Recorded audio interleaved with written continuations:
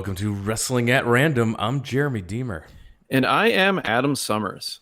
And this is the podcast where every week we review a classic pro wrestling event from a streaming service. And that classic pro wrestling event in season 2 is all about weekly TV.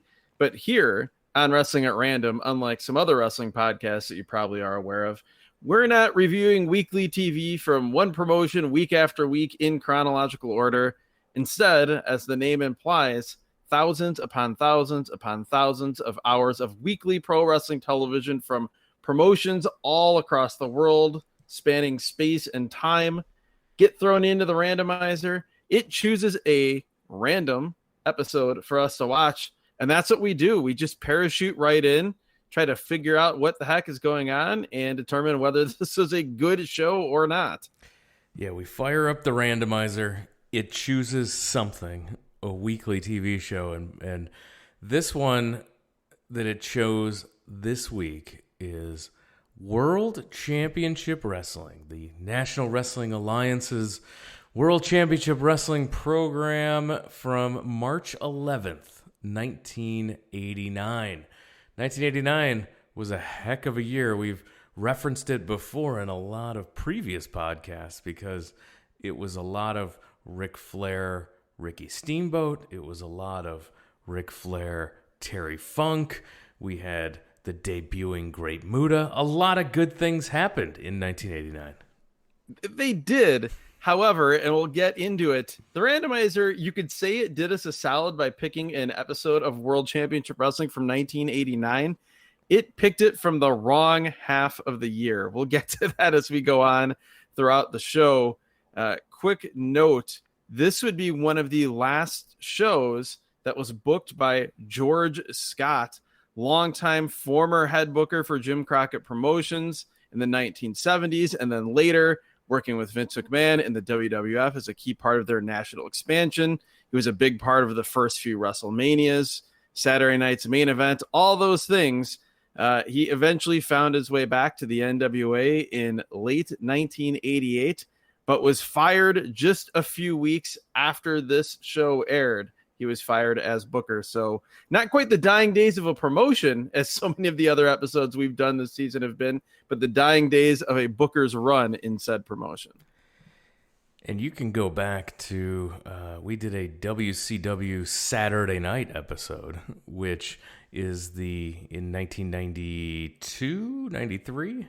1993. 1993. So that episode, we recap how WCW Saturday Night, the TV show, came about.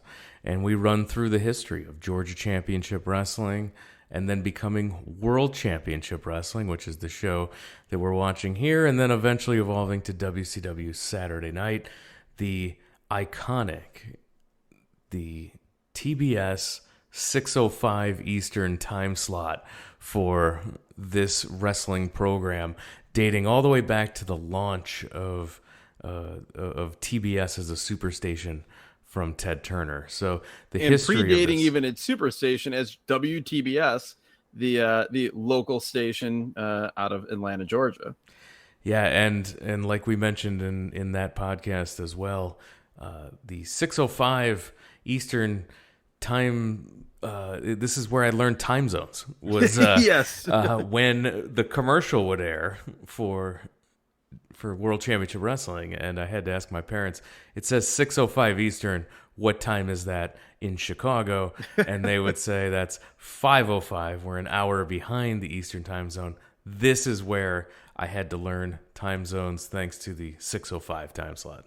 Yes, it's also where I erroneously learned or thought I had learned that wrestling had to start at 5 minutes after the top of the hour. So a lot of strange things that we either learned that were real or learned that were not quite so real. It kind of reminds me of as a kid, total aside here, but when they had said that Jim Neidhart and Bret Hart were cousins, I thought as a very small child that meant that to be someone's cousin, you had to have Nide in front of your last name. Ah, I love it. These are the things as a very small child that wrestling teaches you and doesn't really set you up for success later on in life. No, that is good logic. So, yeah, I like it. The show opens with the announcement that we're going to see great wrestling action sanctioned by the NWA. Jim Ross and Magnum Ta are at the desk, and they welcome us to the show. The iconic studio, that table, that backdrop that we've seen for so many years, if you were a fan of wrestling on TBS in the 80s. Yeah, I didn't remember Magnum Ta, the color man. No, Magnum Ta, we talked about him a little bit earlier on in this season. I want to say it was for one of the Clash of the Champions that we reviewed, not the Clash of the Champions that this show is building to, which we also reviewed, but one of the ones in the early 90s where Magnum was there sort of in a quasi-host role along with Tony Schiavone, but he wasn't actually calling the action. Here, Magnum Ta is the color commentator for Jim Ross. The show opens with Dan Spivey, Mike Rotunda, and Kevin Sullivan. This version of the Varsity Club comes out. Yes, and if we're ranking charisma here, the most charismatic thing on your screen is the NWA World Television Championship belt. Yes, it is. Oh, what a beautiful piece of art the NWA Television Championship belt is. One day I will own that belt. We have talked about here on this podcast before. I have been there on your endless journey to buy this championship belt. Buy a ring-used NWA television title belt. That is a bucket list item for me. That's why we need even more people to subscribe via Patreon or Apple Podcasts to not only support the show, but support your efforts to acquire this championship belt. So number one most charismatic thing on the screen at this time, again, the NWA World Television Championship belt. Number two most charismatic thing on the screen, Dangerous Danny Spivey's eyeballs. His eyes were captivating. Absolutely. Yes. Standing in the background. Yeah, 100%. And the number three most charismatic thing here on the screen, Kevin Sullivan's George Costanza sweater. Very much so. You failed to mention Mike Rotunda. He was there. He was there. That is in fact true. He is here a lot, but much like oil and water, Mike Rotunda and charisma do not mix. Now, they have $10,000 in cash with them, but to get that money, you have to beat Rotunda in 10 minutes. You'll win the money and the TV title. Now, if the audience, is there a challenge where the audience has to stay awake for these full 10 minutes of Mike Rotunda wrestling? They put the money from a briefcase into a fishbowl. Seemed like it was fine in the briefcase. I didn't understand the transfer to the fishbowl. It did and it didn't, because this is a big leather briefcase. It has 4 wads of bills, and there's so much more room of this briefcase that is empty that it makes this $10,000 look so much less impressive than it should. It looked much better in the fishbowl. That's because they took it out of the rubber band that was holding them together to put them in the fishbowl. Now, you could have done the same effect in the briefcase and just spread all the bills out in the briefcase, but they could have. They did not. I still think this transfer should have taken place off camera at maybe 5:03 p.m. Central Time, 6:03 p.m. Eastern. We did not need it, but what we did need was some Bob Cook. We've got Bob Cook and the Raider in the ring to take on the Midnight Express with their manager, James E. Cornette.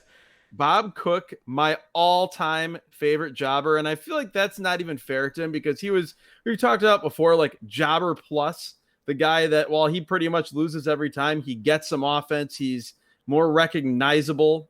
He's sort of your Barry Horowitz of the NWA here. Bob Cook, the man with the best right hand in all of professional wrestling, and he throws this punch a lot in this match. Spoiler alert. Meanwhile, his tag team partner, the Raider, straight out of Continental, where everybody has to be in terrible shape and have a bodysuit and mask that is not well tailored to their body type. Spoiler alert, The Raider will look like a well-dressed masked man by the end of this evening by comparison. Teddy Long is your referee. I'm always excited to see Teddy Long in some variety between. And looking older here than he would a couple of years later, or even as the general manager of SmackDown. The weirdest aging process I've ever seen on a human being in wrestling is Teddy Long. That's right. We've talked about J.J. Dillon syndrome, where you just look old the entire time. You hit an age. You look like you're 50 when you're 30, and then you stay looking like that till you're 70. Yes. That's J.J. Dillon. That's J.J. Dillon syndrome. This is Teddy Long. Yeah, he starts old and continues to get younger throughout his life. Unbelievable. Bobby Eaton and the Raiders start out. They trade punches, a tackle, and a slam. The Raiders starts hot, but a blind tag to Stan Lane, and he's in with karate kicks, and he's beating up the Raider. Drop toe hold, and then Eaton in with an elbow drop. We got quick tags by the Midnights showing off their double team moves. Stan Lane has a hammerlock on, and Jim Cornette is yelling at the Raider while he's in the hold. This was fantastic. And yes. Then Stan Lane hits what I can only describe as dainty martial arts kicks. These were not particularly impressive. And if you're, by the way, listening in linear fashion and you're a subscriber both to the free feed and the bonus content, Stan Lane's martial arts kicks are about as good as his play-by-play announcing. If that's not a tease to get you to check out the bonus content, I don't know what is. Stan Lane, a few thoughts on him. As a kid, again, as a little kid, I was convinced he was actually Lex Luger's little brother. Nothing could have convinced me otherwise as a child. Also, it's one of those things that as the years go by, like as a kid, I thought by far the better Midnight Express combination was Bobby Eaton and Stan Lane. And as I've gotten older, I've learned that I by far prefer Bobby Eaton and Dennis Condrey as the original Midnight Express. Yeah, absolutely agree. Bob Cook finally tags in, and here we get the punches, and he's trading punches with Bobby Eaton, who is there to match him with awesome punches. This was a clinic for how to throw a wrestling punch between these two guys. Yeah, the best two right hands in all of professional wrestling in 1989 were here in the ring trading them, and it was awesome too because their punches could not be more different. But they both look great. They look like they hurt. They make good sounds. And I think as much as I appreciated great punches back then, watching this vintage of wrestling live as an 8-year-old, in modern times, to me, you appreciate a great Bob Cook punch or a great Bobby Eaton punch so much more because there are a lot of modern wrestlers that they skipped over punch day in training class. And did not master it to anywhere near the level these two men did. More double teaming by the Midnight Express. Cook stumbles to the corner, and the Raider tags back in. This was a downgrade. Slam and Eaton to the top rope. He hits the big leg drop, the Alabama Jam. And you want to talk about a move that looks devastating, but is completely safe. It's Bobby Eaton's leg drop off the top rope. There was a great gif going around some point in the last couple of years of Bobby Eaton hitting the Alabama Jam on Arn Anderson from like a TV title match in 91 or 92. And it's exactly what you said. In full speed, it looks like he destroys Arn Anderson's face. In super slow motion, his leg, there is not a thread on his tights that even reach the face or neck of Arn Anderson. And the same thing here with this top rope leg drop in this match. Yeah, fantastic stuff, but he pulls the Raider up at 2. Good news, though. Cook is back in, but Eaton hits a swinging neck breaker. Lane tags in. We get some more good punches by Cook, but an Insiguri cuts him off. Double flapjack by the Midnights, and this time Eaton gets the pin on Cook for the victory. Babyface Midnight Express, we should mention, much like later on in the year of 1989 before they turned heel on that Clash of the Champions that featured Ric Flair versus Terry Funk in an I Quit match, which conveniently enough can be found on the bonus content feed of this podcast if you want to subscribe and hear that.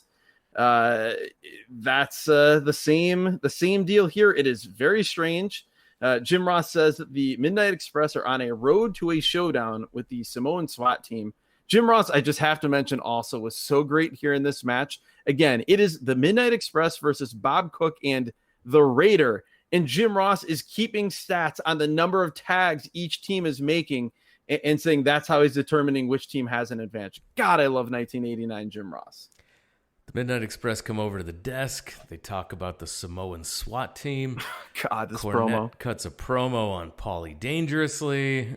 Jack Victory is apparently the bodyguard for Paul E. Dangerously at this point. And they want the SST. We'll hear from them later in the show.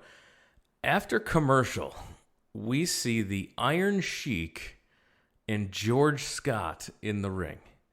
Yes, which I believe they said George Scott, but I'm 99.999% sure this is actually George South, another jobber plus of WCW. But I caught that as well, that they said George Scott. They did say George Scott because George South we'll see later in the Cruel Connection. Yes, but yeah, it's interesting they say George Scott because this is not the Booker George Scott that we just mentioned. But yeah, this is Joined in Progress. The Iron Sheik, who, again, if you listen to our bonus content, you have heard us talk about the Iron Sheik defeating Bob Backlund to win the WWF title. That was actually referenced on 2 recent shows in the bonus content. Random, yet somehow pulling those things. But yes, the Iron Sheik that 6 years earlier had defeated Bob Backlund to win the WWF title is here in 1989 in WCW, in the NWA, and he looks like he has aged 150 years. Only 2 years shy, by the way, of him being is it General Adnan? Yes, in the WWF. Yeah, this Iron Sheik in the NWA is like it. How is it only 6 years from like his championship victory, and like this guy was immobile and he was looks like slow. 6 decades. Unbelievable. He just looks so bad here. He throws Scott around. He does some great suplexes. He cannot move, but he still executes a perfect gut wrench suplex, a nasty backdrop driver that Dr. Death Steve Williams would have cringed about in All Japan in the mid-90s, belly to belly suplex. But to me, the most noteworthy thing are these weird capri jeans he's wearing. That's right. If you remember the rubber LJN wrestling figures from the early 80s, or for the mid 80s there, these were the same pants that the Iron Sheik was wearing here in this match here. So he's also wearing his controversial boots, as Jim Ross mentions, with the curved, sharp-edged toes. Yes, which could be potentially loaded. We see him kind of when he kicks Scott in the face with the potentially loaded boots. We get the big suplexes after the belly to belly suplex. Picks Scott up, hits a belly to back, almost a Saito suplex here. Yes, that's that backdrop driver I was referring to. That was nasty. And then a camel clutch by the Sheik gets the victory. Jim Ross is great here. He talks about how Iron Sheik is so anti-American, it's pathetic. And then he calls him, direct quote, a discouraging individual, unquote. We get a graphic going to commercial that says, quote, "This is the NWA, we wrestle." Yeah, if you remember, they were on that Clash of the Champions from just a few weeks later with the legendary Ric Flair, Ricky Steamboat match. They went on and on and on, both Jim Ross and Michael Hayes, who were the announcers on that show, about wrestling and we wrestle, and basically saying WWF isn't wrestling. Yeah, they were pushing it very much here as well. And then I liked how that was the tagline. And then back from commercial, we have the Danger Zone interview segment with Paulie Dangerously. That's right. And his aforementioned bodyguard, Jack Victory. No, Secret Service Jack Victory, who is so young here. And he's got the communication device on his wrist that he keeps talking into like he's actually in the Secret Service. the United States champion Lex Luger is the guest.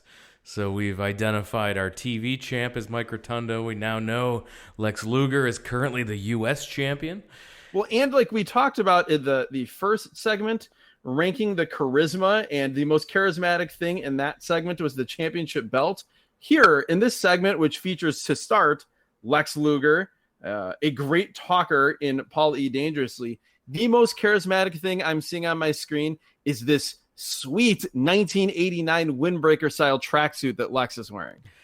It is pretty sweet. Paulie Dangerously is great here as well, but Luger comes out and he's very soft-spoken, yes, calm, and he's discussing his victory against Barry Windham, and he says he'll defend against Windham whenever he wants to.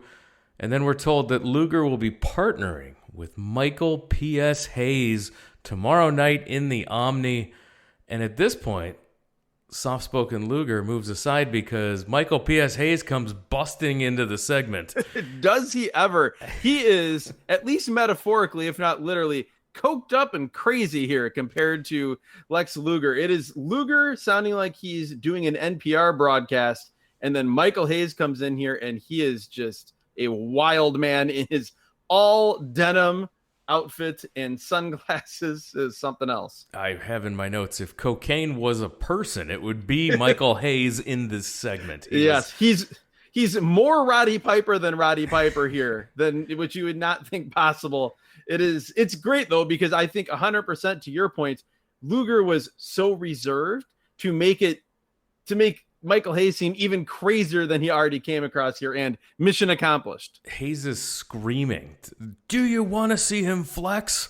And then he starts zipping Luger's track jacket down, and it's absolutely nuts. We're told they're teaming against the Windham brothers, Barry and Kendall Windham, and then something is going on where the Freebirds are having an issue. I couldn't follow along here. Yeah, they weren't a thing at this point. Paul Heyman just in passing says, "Well, I guess that makes Lex the new Freebird." And then Michael Hayes goes from Michael Hayes to deadly serious and basically tells Paulie, "Leave the Freebird thing alone. It's over. Lex Luger is his own guy. I am my own man. I team with anybody whenever I want." But then he gets right back to being crazy Michael Hayes, and he's begging Lex to unzip the jacket and flex. Paulie starts begging Lex to unzip the jacket and flex. Luger says, his impersonation of a flex, by the way. My God, I wish this was a video podcast so we could show you. Paulie doing a Luger flexing impression is hilarious. I rewound it a couple times. I was laughing so hard. He did it 5 or 6 times. So funny. For the benefit of people who did not have a VCR in 1989, he made sure if you missed the first time, you saw the next 3 or 4 over the next 30 seconds. Luger finally obliges, and he does some posing. After commercial, we have our TV title match. Mike Rotunda, the champion, defending against Cougar J. another WCW jobber to the stars. And yes, we are about to see a Mike Rotunda singles match. We get shots of the fishbowl. Then we're off and running, if you can call it that, here with this encounter. Yeah, we get Rotunda taking him down, riding him. Jay tries a wrist lock, but Rotunda hair pulls his way out. Rotunda sends him into the ropes, nails a back elbow. A small package by Cougar J showing a little flash, but Rotunda kicks out and goes outside to regroup with the rest of the Varsity Club. Rotunda, the problem with him is okay, so he's an accomplished, legit amateur wrestler, but he has no intensity at all through all of this. So it's just these long, boring segments of moves and holds that are probably painful if executed by someone else, or would look painful at least if executed by someone with any intensity at all. But man, Rotunda is just it's not that he's a bad athlete, he's just a horrifically boring wrestler, particularly here. So after a crossbody by Cougar J, Rotunda is pissed, and he tosses Cougar J between the top and middle rope out to the floor hard. This was nasty. He tumbled out very hard. That was not as aggressive as the extremely aggressive wedgie that he gave Cougar Jay while having him locked in a front face lock. Jay tries a sunset flip coming back into the ring, but Rotunda, his fist breaks that up. Rotunda puts on a wacky arm hold, and the crowd starts chanting, "We want Steiner." And so did I. I could use some Rick Steiner here. Abdominal stretch, and Rotunda grabbing the ropes for extra leverage. Abdominal stretch will be the move of the night tonight. Rotunda hits a pretty good high drop kick here. Oh, yeah. That's the one thing he had. And even going back to that Nitro episode from 1997, he had a surprisingly good drop kick that one we reviewed earlier on in this season. But yeah, right back after that exciting drop kick to an arm bar, and then this long grinding sequence of him putting Cougar Jay in a 3/4 Nelson that they call a guillotine, and that eventually gets the win. Mercifully, this is over. I am at the point where if we saw more Mike Rotunda during the season than we have, there's a very good chance that he would become my personal Greg the Hammer Valentine. There's yeah. And we see a lot more of him on this show, by the way. He's not done. I was about to say he'll be back. You may be done with Mike Rotunda. He is not done with you. Ric Flair and Hiro Matsuda are with Jim Ross. What a weird time this was, with the Horsemen kind of not existing, but kind of still existing. You had Arn Anderson and Tully Blanchard not in the NWA at this point. And then you had Hiro Matsuda, who had bought out their contracts. And we'll talk about it throughout the show. You've got the makings of a Horseman group managed by Hiro Matsuda that never ended up fully coming together. Clearly, whatever the plan, such as it was that George Scott, the booker, had, did not come to fruition as he was let go several weeks later. But it is so weird to see. We've talked before about Ric Flair and Jesse Barr and the charisma chasm. This may, in fact, be with Ric Flair and Hiro Matsuda, the most charismatic man in the world and the least most charismatic man in the world, not just in all professional wrestling, but just on Earth here in 1989, standing together on your television screen. We've seen Hiro Matsuda do stuff like anything, but he's on this show a bunch and does literally nothing. He doesn't say anything. He doesn't have a facial expression. He doesn't do anything. And there's nothing. I didn't get it. There's nothing that happens here on this show when any of his men are out for interviews or promos that couldn't have happened if he wasn't there. No, if you went and digitally removed Hiro Matsuda from this show, you would have never known he was gone. No. So we're told, the former world champion Ric Flair, he's coming off the title loss to Ricky the Dragon Steamboat, and he starts cutting a promo. Just to shut that big mouth of yours up. The name, is Ric Flair. And wrestling's the game. Bottom line, whether you like it or don't like it, title or no title, Hiro and I just happen to be a couple of kiss-stealing, wheeling-dealing, limousine-riding, jet-flying, son-of-a-guns that are going to be the holder of the U.S. title and the World's Heavyweight Championship. And in about 10 minutes, I'm going to come out here and I'm going to make a statement to the wrestling world as only the champ can do. Woo! Running down before, he's coming back for Steamboat, but just out of spite and dislike for you, before he goes after Steamboat, he's going to beat Lex Luger. This was take his U.S. title. A fun Ric Flair promo. Yes. We then get the second of what will be about 10 graphics for the main event coming up Sunday night on TBS at 6:05 Eastern, 5:05 Central, which will feature the Varsity Club taking on the very natural tag team of Michael P.S. Hayes and Dick Murdoch.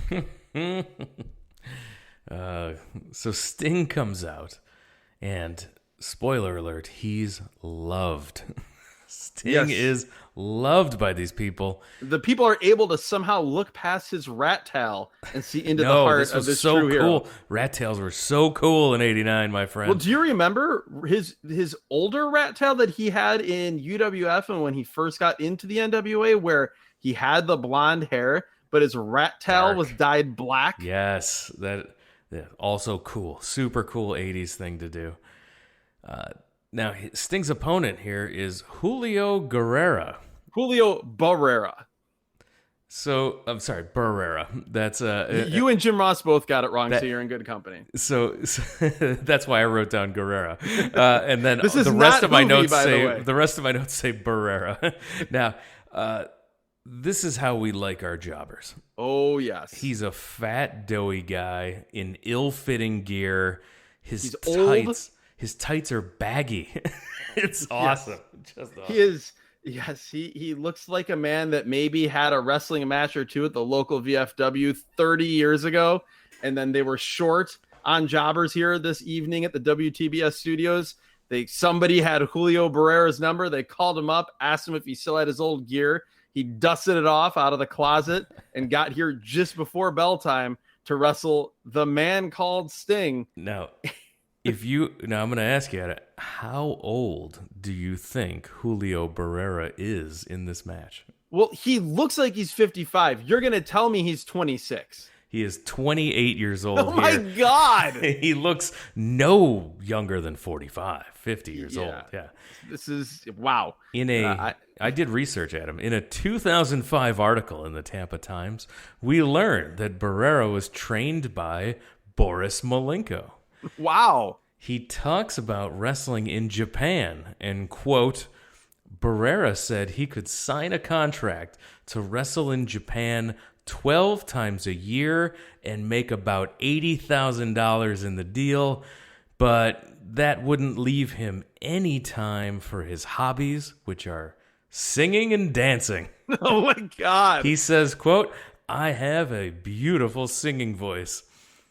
He would go on to not go to Japan and wrestle or continue wrestling. He went on to just become a lifeguard. So that's much like you and I. Julio We could Barrera. go on to be a tag team in Japan and make $80,000 a year to For go over 12 there appearances. For 12 appearances, but we have beautiful podcasting voices. And so we made the decision, difficult as it was, to go forward with this podcast instead. So we're actually, you and I and Julio Barrera are much more alike than I think any of us thought 2 minutes ago. By the way, we should mention no guardrails here. So Sting just comes out and he's casually high-fiving and hugging fans. So the match gets started, right? Sting hits a couple shoulders, hits a hip toss, then hits a drop kick and a body slam. He slammed this big doughy guy. Yes. And then he grabs a wrist lock and looks across the studio at Jim Ross, calls out Jim Ross and says loudly, "This dude is heavy." I cackled. It is so loud. This dude is heavy. He screams while in this wrist lock.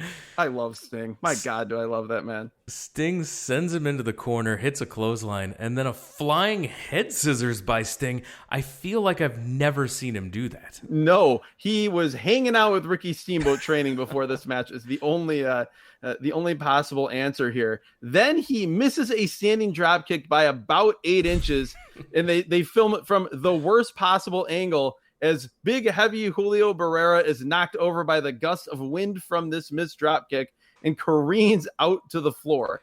And not only does he careen out to the floor, he goes into the crowd of people where there are no guardrails and people get knocked down. He rolls into the first row. A woman flees this old woman is running away as fast as she can. He's plowing into the people in the first row.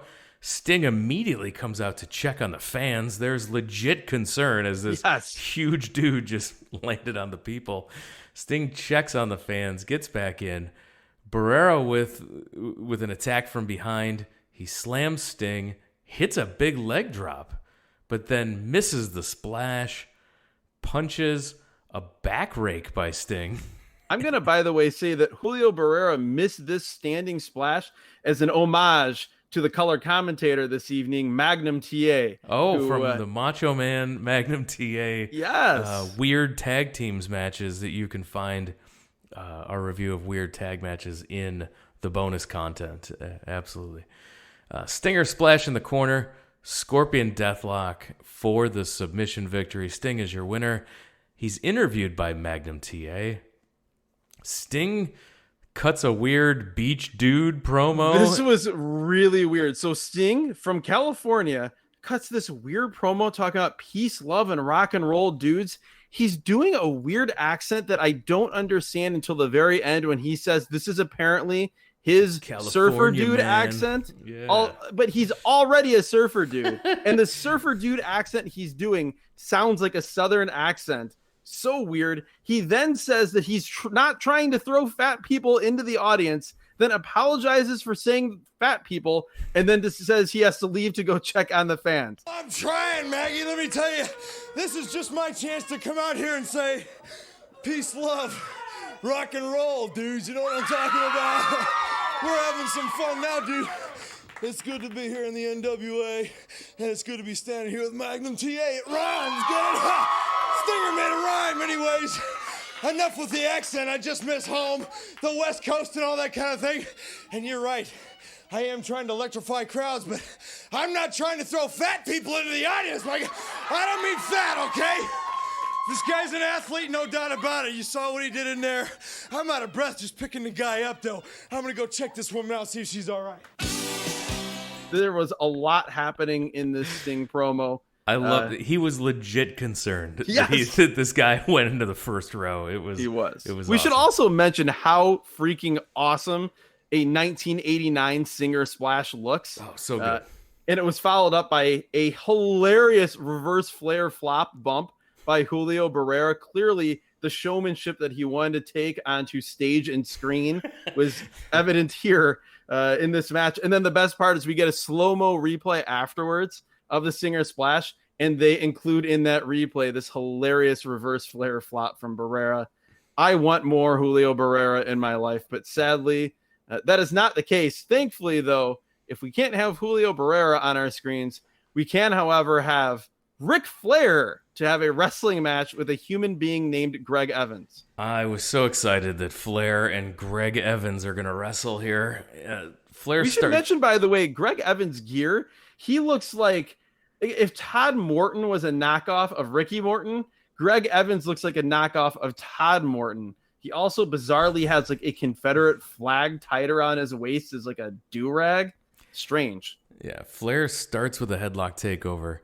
Evans tries a hip toss, fails. Flair, yeah. This is not like a smooth block. Flair legit decides Greg Evans is not going to hip toss me right here and just uses his amateur wrestling background and totally stuffs this hip toss and locks on an overhand wrist lock and breaks Evans down with a boot to the back of the knee, Lord Steven Regal style. He gets him in the corner and just absolutely sick chops by Flair. He was unloading on Greg Evans. Yeah, that was a receipt for that ill-timed hip toss attempt, clearly. The knee drop to the head. The rolling knee drop. I always like to point out where we are in the evolution of Ric Flair in his career. We've talked about before, 1984, that Boogie Jam show, he didn't roll through on the knee drop. It's always just so satisfying to see him hit the knee drop, do that forward roll, then get back up. So happy to see that here. Evans sends Flair into the corner, hits a backdrop. Then Evans hits the hip toss this time. Yes. Flair kicks him, throws him outside, and yells, "Now we go to school." And outside, he posts Evans, throws him back inside, hits a double underhook suplex, looked way better than the Iron Sheiks. Yes. We get a delayed elbow drop. No cover. He just gets up and yells, "Now we make a statement." And yes, well, if you remember earlier on throughout the show, they were saying that Ric Flair will make a statement tonight. And so Flair is about to make a statement here. Also, Jim Ross mentions that Ricky Steamboat has just recently returned from a very successful tour of Japan. Flair starts kicking Evans in the knee. He drops the knee across his leg. Flair is laughing as he's maniacally. This is awesome. Like late 90s Ric Flair stripping down to his underwear and elbow dropping the air levels of maniacal laughter here. Then he chops and punches. He's throwing kicks to the knee, and he's yelling at Greg Evans, but he's saying, "Come on, Steamboat." Yes, he's calling him Steamboat. Come on, Steamboat. Evans tries to fight back. No effect. Another Flair chop. He screams, "This is what happens when Mother Nature gets upset, baby." I love it. I was when Ric Flair started yelling, I did not expect Mother Nature to be the words that came out of his mouth. But here for the Nature Boy, it was perfect. We then get a weird deal where Evans is on the mat. There's this kind of time standstill thing where Flair's going for a knee drop, but he hesitates and then he goes for it. The communication here was not at top level. Knee breaker into the figure four. He gives up. Flair continues the hold, grabs the ropes for extra leverage, will not break the hold. Evans screaming in pain. Like he's Ric Flair. I actually give Evans credit here. Flair then throws Teddy Long out to the floor. He keeps beating down Evans, yelling about Steamboat, calling him Steamboat. This was awesome segment from Ric Flair beating up jobbers. We should also mention that Greg Evans, in addition to not knowing when he was supposed to do a hip toss, he had no idea how to take the knee breaker that Ric Flair would do, where he kind of cradles the knee, picks you up, and then drops you back over his own knee. He tries to do it once, and Evans just starts falling back. So Flair just hits a very creative, unique-looking back suplex. Flair goes for it, as you mentioned, later in the match, and Evans does the same thing again, but Flair is able to control his body enough to drop him over his own knee for the knee breaker. Flair's back for another promo. I'm walking out here, and pride and honor and wealth and family are all institutions that we love, admire, cherish. You got eyes for me, don't you, baby? I don't blame you. But the bottom line is, right now, there's two people in my target zone. And you can ask roughly 5,000 women across this world what it's like to be in my target zone. I always get what I want. Woo! Bottom line. So Luger, you big blonde Adonis, you're first. If Barry Windham doesn't get you, I'm going to get you. If the Varsity Club doesn't get you, I'm going to get you. Bottom line, Luger. And then Steamboat, you know where Steamboat is? Where? He's in Japan making $100,000 on my money. He's back today. He arrives back today. He's back. He's back. And Steamboat, in a very few short hours, you gotta look your maker in the eye. You gotta walk that aisle, Steamboat. And you, as the world champion, have got to beat the man. Believe it, like it or don't like it, but you know it, your wife knows it, your neighbors know it, Ted Turner knows it, Jim Ross knows it, Hiro knows it, Magnum knows it. Now, Steamboat, you have got to walk the aisle and beat the man. And believe me, pal, that's no cakewalk. Woo! We've never seen him any more physical than... Always incredible. Just awesome, Ric Flair. I love when Ric Flair references Ted Turner on the air. So I was very happy with this promo. Barry Windham versus Gator Gilmore. Oh my God, Gator Gilmore, another jobber of note here. We should also mention that, like, Barry Windham, it's an interesting time for him look-wise in that it's like he's halfway between that young babyface Barry Windham, skinny, quick, that we saw wrestle Ric Flair in the very first episode of the bonus content from 1987, or that we even saw a glimpse of from a couple of years earlier, teaming with Mike Rotunda in the WWF. He has that same body, but then facially and the hair and the mustache, he has the look of that like 1993 older, more weathered, heavier Barry Windham. Windham beats this guy down in the corner, a couple slams, and then Kendall Windham chops Gilmore on the floor, throws him back in. Barry puts Gilmore on top, goes for the superplex. He nails it and gets the 3 count. Yes, and the announcers, both Jim Ross and Magnum Ta, put over the superplex as the most devastating move in wrestling, both when it happens and then when they show the replay slow-mo as well, which, again, that's one of those things where if you're a modern wrestling fan, the superplex, you just think, oh, that's a superplex off the top. Back then, if you were a wrestling fan, that was pretty much the move. Like, that was as exciting and as devastating as it got. Barry then goes over to the broadcast position to be interviewed by Magnum Ta, who says that, you know, he's been concerned about Barry's potentially injured hand, but it seems okay. And Barry has a great line where he says, "Your concern doesn't really concern me at all, Terry Allen." He also then, he's talking about Lex Luger, and he says, quote, "Listen, musclehead pally." Yes, Windham is not concerned about the injured wrist. He's going to take Luger's U.S. title. We should also mention that Barry Windham was not only accompanied by his little brother, Kendall Windham, he was accompanied by Hiro Matsuda. You might have missed that. I missed that. I didn't. Yeah. Again, Hiro did nothing of note, but he was there. It is noteworthy, though, that, as I mentioned, it seemed as though we were in the beginning stages of the formation of a new 4 horsemen with Ric Flair, Barry Windham, his younger brother, Kendall Windham, managed by Hiro Matsuda, and one other man that will come out later that I am so pissed did not ever fully become a member of the Horsemen. After commercial, Eddie Gilbert and Rick Steiner, along with Be Still My Heart, Missy Hyatt. Eddie Gilbert says, "You can't tell me what to do. He's coming after Mike Rotunda." And I love me some First Family. I hadn't seen them in a long time. I had forgotten how great Eddie Gilbert is, and I don't care much for this Rick Steiner character at this point. No, it's Rick Steiner as Eugene, basically. If you're a somewhat newer wrestling fan, and you never basically had head trauma after a car accident that Kevin Sullivan was involved with. Yes, he's a simpleton is the character. He'll later go on in 1989 to befriend Norman. Thankfully, no Norman here.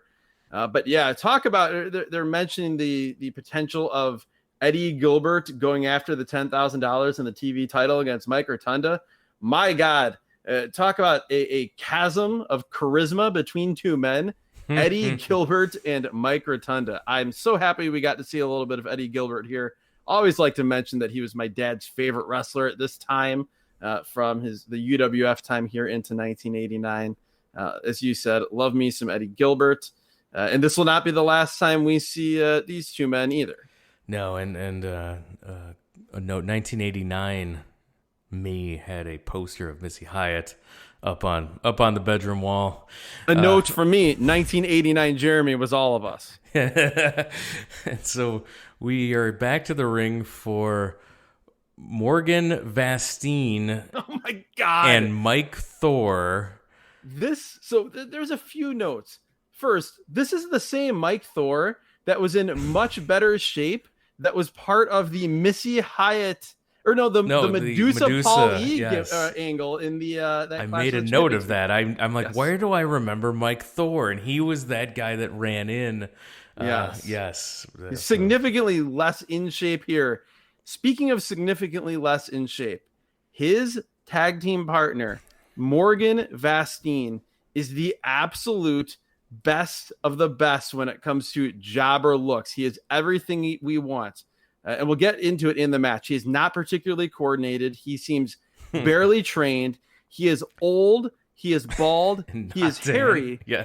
There is one point in this match where I realized, oh my God, this guy is like a smaller Mojo Rawley. That is exactly what he looks like. But yeah, he is just a grade A pathetic jobber. Their opponents are Kevin Sullivan and Danny Spivey of the Varsity Club. Before the match gets going, though, we get a Ranger Ross inset interview. He's in full military regalia, and all he says is, "I am coming to the NWA." That's it. And mark that down, by the way. Ranger Ross, not a good promo. No. Thor tried to get some offense in, has no effect. Spivey immediately suplexes him, tags in Sullivan. Sullivan does my favorite jobber tag team move where he throws Thor into his own corner so he can tag in the other geek. Sullivan then pulls him into the ring, throws him into the middle rope, and then he falls out to the floor. Back in the ring, Sullivan hits a clothesline, the double foot stomp, and he throws Vastine outside again. Vastine, by the way, has no idea how to take anything. He genuinely looks like a miserable wrestler to have to be in the ring with because, when you're a heel beating up a jobber, you want to just be able to throw them around, have them take great bumps. And this guy he's stumbling, he's flailing. He does not know how to go up for stuff, and it just looks like a chore. No, and like I said, when he threw him out to the floor, he threw him into the middle rope. He hit the rope and then went out to the floor. This guy doesn't know what he's doing, which is how we like our jobbers. Big boot by Spivey outside. Back inside, Spivey hits a couple of slams, a side slam, doesn't want to pin him. A backbreaker by Spivey. At this point, he hooks Vastine into the Tree of Woe. Sullivan runs across the ring, burying the knee into Vastine's midsection. Spivey hits a release gut-wrench suplex, then a powerbomb. Then another powerbomb, and then another powerbomb. We should note this is also at the point where Spivey is doing this move. It's not a finisher, and the announcers don't know what to call it. It's so weird. Yeah, Sullivan says he wants to see it again. So, yeah, Spivey does it. 2 more power bombs on Vastine. And then, you're right. That's not the finisher because Spivey throws on a bear hug, and that's the finish. How was 3 power bombs not the finish? We went to a bear hug instead. I will say, this power bomb, this is a Gorilla Monsoon special. At least the way it ends. First, he locks on the bear hug. It's way too high. It's like the middle of the back, and I can just hear Gorilla Monsoon in my mind screaming at it. But then he gets that bear hug low just like Gorilla likes it, and what do you know? Instantaneously gets a submission. Yeah. Gorilla knows. Max Miles and Trent Knight to take on the team of Rick Steiner and Hot Stuff Eddie Gilbert. Gilbert, he backs Knight to the ropes, slaps him, and then Rick Steiner from the apron slaps Knight in the back of the head. Knight gets sent off the ropes, leapfrog, and he puts on the brakes, points to his temple because he's so smart, but he turns around and Gilbert nails him with a clothesline.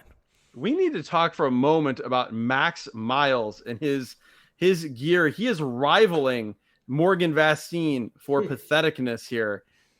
Black singlet, long black tights, and then short red trunks over the tights. Just looks so bad. I love it. This is just Steiner. Really, this match, you'll go through it in more detail, but it's Rick Steiner throwing these guys around, hitting crazy Steiner lines and awesome suplexes. Yes. Steiner's in. He screams, "Watch this!" And he hits a leaping Steiner line, just decapitating the man. Yes, Magnum, who did not have a whole lot to offer here in the way of analysis on this show. Like, he wasn't terrible, but he just kind of existed. He got excited here. He loved this Steiner line. So did I. I got excited watching Rick Steiner throw dudes around. Max Miles tags in a bear hug, and Steiner hits a release overhead belly-to-belly suplex. Now, let me describe this a little bit for you. So when he puts the bear hug on, Max Miles' feet are off the ground while he's being held in this bear hug. Steiner then throws him over his head, and Max Miles' feet never touch the ground between the bear hug and the throw. It was all Steiner and all muscle throwing this man around. It was glorious. Yes, Rick Steiner is strong here in 1989. And yeah, this is a deadlift overhead belly to belly. And I think Magnum TA liked this even more than that Steiner line. At this point, Missy Hyatt liked it too. She was yelling at ringside how awesome that was. Yes, she and Jim Ross were yelling back and forth to each other from across the studio about how awesome this move was. All four men are in. The jobbers are running right into each other. Hard. This was the hardest heels jobbers bonk head spot I have ever seen. It was like two bowling balls colliding. Steiner presses his own partner, Eddie Gilbert, over his head, throws Gilbert into both Knight and Miles. Steiner then does an inverted power slam. I don't think I've ever seen this move done by anybody. Have you seen this move before? Well, it's a variation on, even though Rick just made it up at this point in his mind, but this is a variation on the reverse power slam that Shinsuke Nakamura would use. This looks so much more devastating because, again, it's just a deadlift scoop into a reverse kind of running power slam. Crazy. What's also crazy is at this point, Jim Ross informs us that Eddie Gilbert is only 27 years old right now. What? Yeah, Gilbert throws on an abdominal stretch because it's the move of the night. Yes. Steiner's back in. He hits a huge belly-to-belly suplex, this time for the victory. Rick Steiner killing dudes in 1989. Not much better than that. Absolutely. Magnum TA loved this Magnum TA style belly-to-belly suplex for the win. And then we see a replay of the deadlift belly-to-belly, and JR says, the fans around the country will trade tapes of that one. The Varsity Club, they're back. Oh, God. And not only are they back, it wasn't bad enough that we had a Mike Rotunda match. Now we have our second Mike Rotunda promo of the evening, and he has nothing to say. Thankfully, behind him are the bug eyes of Dan Spivey. Crazier bug eyes than earlier, and this was great. They call out the Road Warriors at some point. They talk about Dr. Death and how he might snap, and they say we know two things. One, we're good. The second thing is we know it. Okay. The Varsity Club. Joe Cruz versus Hacksaw Butch Reed with Hiro Matsuda again. Butch Reed, we talked about how much we loved him in Mid-South when we reviewed that earlier this season. Butch Reed here, he beats Cruz down, a hip toss out of the corner, some punches. He ends up trying to throw him shoulder first to the post, but Cruz didn't go into the corner well at all. Reed then, he starts dropping repeated knees to the back of Cruz, hits a flying shoulder block off the top rope, and Butch Reed is your winner. Yes, this is the point where I note how angry I am still this many years later that we are robbed of Butch Reed, member of the Horsemen, as he, as you mentioned, is also managed by Hiro Matsuda. And it sure felt like we were heading towards a four horsemen of Ric Flair, Barry Windham, Kendall Windham, and the big heavy muscle of the group, Hacksaw Butch Reed. God, that would have been awesome. After commercial, we see Randy Mulkey and Bob Emery. They're in the ring to take on the Samoan SWAT team with Paul E. Dangerously. Randy Mulkey. This is our first Mulkey sighting. I'm so excited. It's amazing that it's the first time we've seen a Mulkey, in this case, Randy Mulkey, on any of the dozens of episodes of this podcast, particularly of season 2, with it being all TV shows. And the best part is Jim Ross is talking about how Mulkey Mania is not running wild. He actually says multiple times on this show, Mulkey Mania. Yeah, first, my only complaint here is that we were robbed of the theme from Halloween for the entrance of the SST. We were robbed of that, but nothing set the stage better for the SST murdering a couple jobbers than the theme from Halloween. It legitimately scared me as a child. It was so perfect, and we were robbed of it here, but we did get the bonus that they already started killing dudes as the match started. Randy Mulkey was commercial. Yeah, Mulkey was already down on the outside, which was a hilarious way to start this match. In his natural state, on the floor, selling. The worst part about this, though, they apparently forgot that they already ran the Ranger Ross inset promo, because here it is again, the same exact horrible Ranger Ross promo happening again. Thankfully, though, after that ends, we get a full screen of Randy Mulkey taking a crazy bump off of a lariat as Paulie is screaming, "Get up and fight," over and over again. This is followed up by maybe the most painful looking back body drop I've ever seen in my life, as I believe it was Fatu elevates Randy Mulkey. This was Samu. Okay. So Fatu hit that clothesline that murdered Mulkey, and then Samu, he hits a clothesline that flips Mulkey completely around. He lands on his head, and it looked absolutely brutal. And then he backdrops Mulkey, who goes all the way over and ends up landing on his ass. Brutal. Yeah, it lands directly on his rear end. This did not look fun at all. Then a spin kick fells Randy Mulkey once more. At this point, Jim Ross is saying that no one in the sport of professional wrestling has more competitive spirit than Randy Mulkey. Mulkey Mania is not running rampant right now. Samu in there with Randy Mulkey, and Paulie dangerously has got a major score to settle with Jim Cornette and the Midnight Express, and Bobby and Stan have never had a challenge like this. We get Fatu in. He's pulling at the face of Mulkey. This was, we're years away from Fatu making a difference. We're years away from him making a difference, years away from him being Rikishi. Here he is just super athletic, terrifying one half of the Samoan SWAT team. Double headbutt. Samu hits a belly-to-back suplex off the top rope. Fatu then comes off the top, crushing Mulkey with a gigantic splash for the win. Quite the beating that Randy Mulkey took here at the hands of the SST. This was fantastic. Yes, Mulkey Mania may not have been running wild, but this was a Mulkey-worthy beating, a Mulkey-worthy squash that we saw here. We then go to Paul E. Dangerously and the Samoan SWAT team at the broadcast position. Paul E. is saying that Jack Victory will beat Lex Luger for the U.S. title at the Superdome in April. And this is where they don't even mention that it's the Clash of the Champions, but this is the first time we learn that there's apparently a super card coming up at the Superdome just weeks away.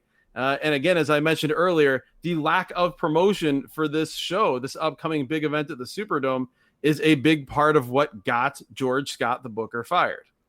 Yes, the lack of talk about that show is a fireable offense. I get that they were pushing an Omni show like the next night or whatever, but no excuse to not be pushing that show. Paulie and Paulie calls out any team with titles. That's what he wants. He wants, if you're a team with a title, the Samoan SWAT team want a piece. And it's time for our main event. Such as it is, our main event of the evening, a main event anywhere in the world, you might say, which means it's not a main event anywhere in the world. It is the Junkyard Dog, Michael P.S. Hayes, and a human being of which I have no recollection of, but he apparently is the first man to own the trunks, the tights that the Patriot Del Wilkes would later wear in just a few years. It is this triumvirate taking on future Jack Victory tag team partner Rip Morgan, and I do not even know how to do this justice, how to describe this on an audio-only podcast. The most pathetic jobber team I have ever seen in my life, and I mean that as the highest possible compliment. The Cruel Connection. Jeremy. The Cruel Connection. Their gear. In their neon green bodysuits. fitting bodysuits. These are fat men. One of them is bordering on mini status, and they are wearing It's George South. Yeah. They're wearing like neoprene material, green, like lime green tights with yellow or lime green bodysuit, basically long pants, upper torso covered in green, and then small yellow trunks over them, and then these generic green masks of all the masked jobbers we've seen from any of these 80s shows that we've watched. You cannot, again, I will have to post a picture on social media. This is so bad, but so great. This is everything I want out of 80s studio jobbers. Yes, the Cruel Connection under the mask. It's Gary Royal and George South here. And they will never be greater men than they were in this moment, fleeting as it was, as the Cruel Connection. Meanwhile, Vincent Young, his gimmick, other than that he's American, apparently, according to his gear, is that he breakdances. And boy, does he. He is in the ring with Junkyard Dog, and Jim Ross says they are breakdancing, and the word they is doing a lot of work because Vincent Young is breakdancing, and Junkyard Dog is watching him breakdance. Yeah, Junkyard Dog he's not even grabbing them cakes. He's not even he's not doing a dance and he's not doing the Junkyard Dog thing. He's just standing back. His mind is blown at he's supervising. He cannot believe what he's seeing Vincent Young doing as he's breakdancing in the ring. Meanwhile, Michael Hayes, looking as sleazy as ever, is up in the other corner. He's apparently a time traveler who is mad that they dubbed out Bad Street USA for some knockoff music. That's like the story or the gimmick right now. I don't understand. So we get a crossbody on Connection number 2. Yes, I love that Jim Ross dismissively decides in real time that the shorter, squattier member of Cruel Connection is Cruel Connection 2. I don't think it's quite the same line of thought that made him arbitrarily decide which member of Doom was Doom 1 or Doom 2 a few months later at the Clash of the Champions. Hayes tags in. He grabs an arm, tags in JYD, and so this is the Junkyard Dog's offense. He comes in, he punches Connection number 2 in the gut, and then he tags out. Yes, he hits a headbutt as well. But yeah, he's literally in the ring for about 5 seconds. But it's the same thing with Vincent Young. He hits that crossbody.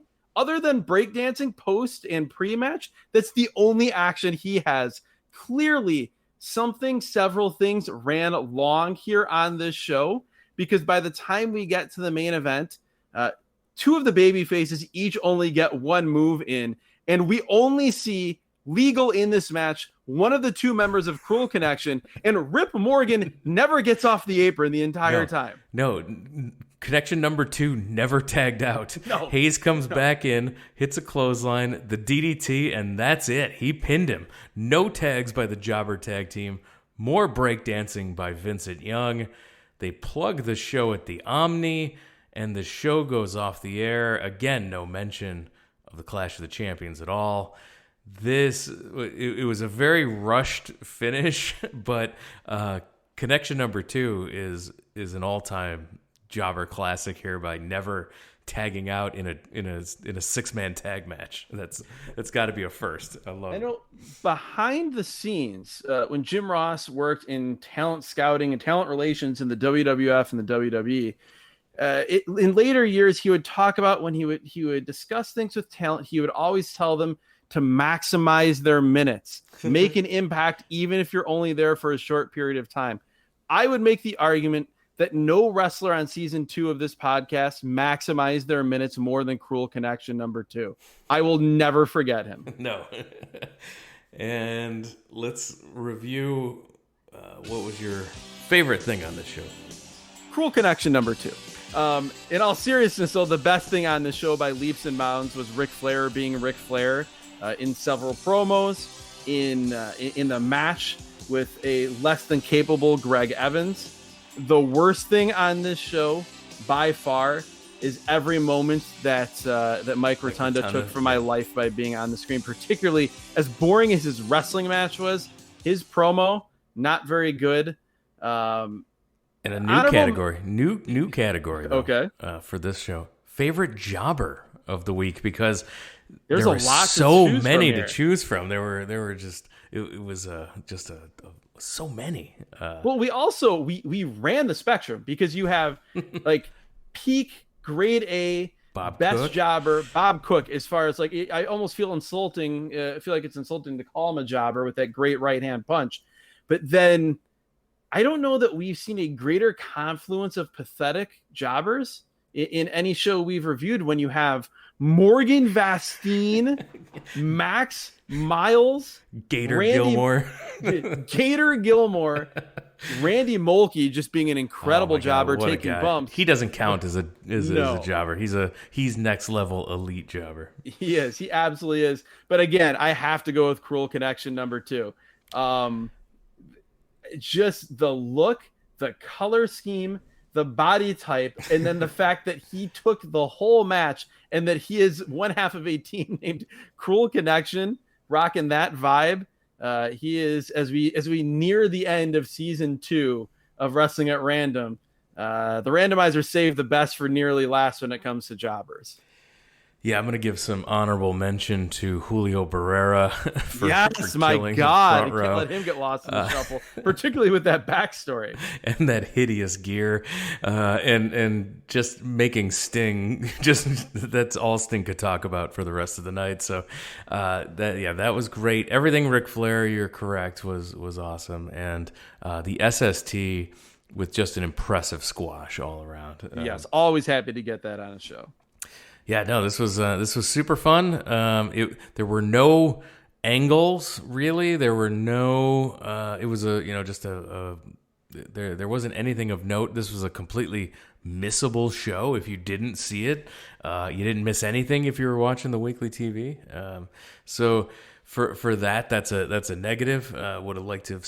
This is kind of just treading water here as they got closer to the Clash of the Champions, but which seems like much of George Scott's tenure here, booking this show, booking this company. Yeah, there's some cool guys on here, some fun little moments, but nothing. When you think back to other studio shows, other studio territory, or pro wrestling shows in general that we've reviewed, I feel like there's always at least one big storyline progression, one big angle that was run.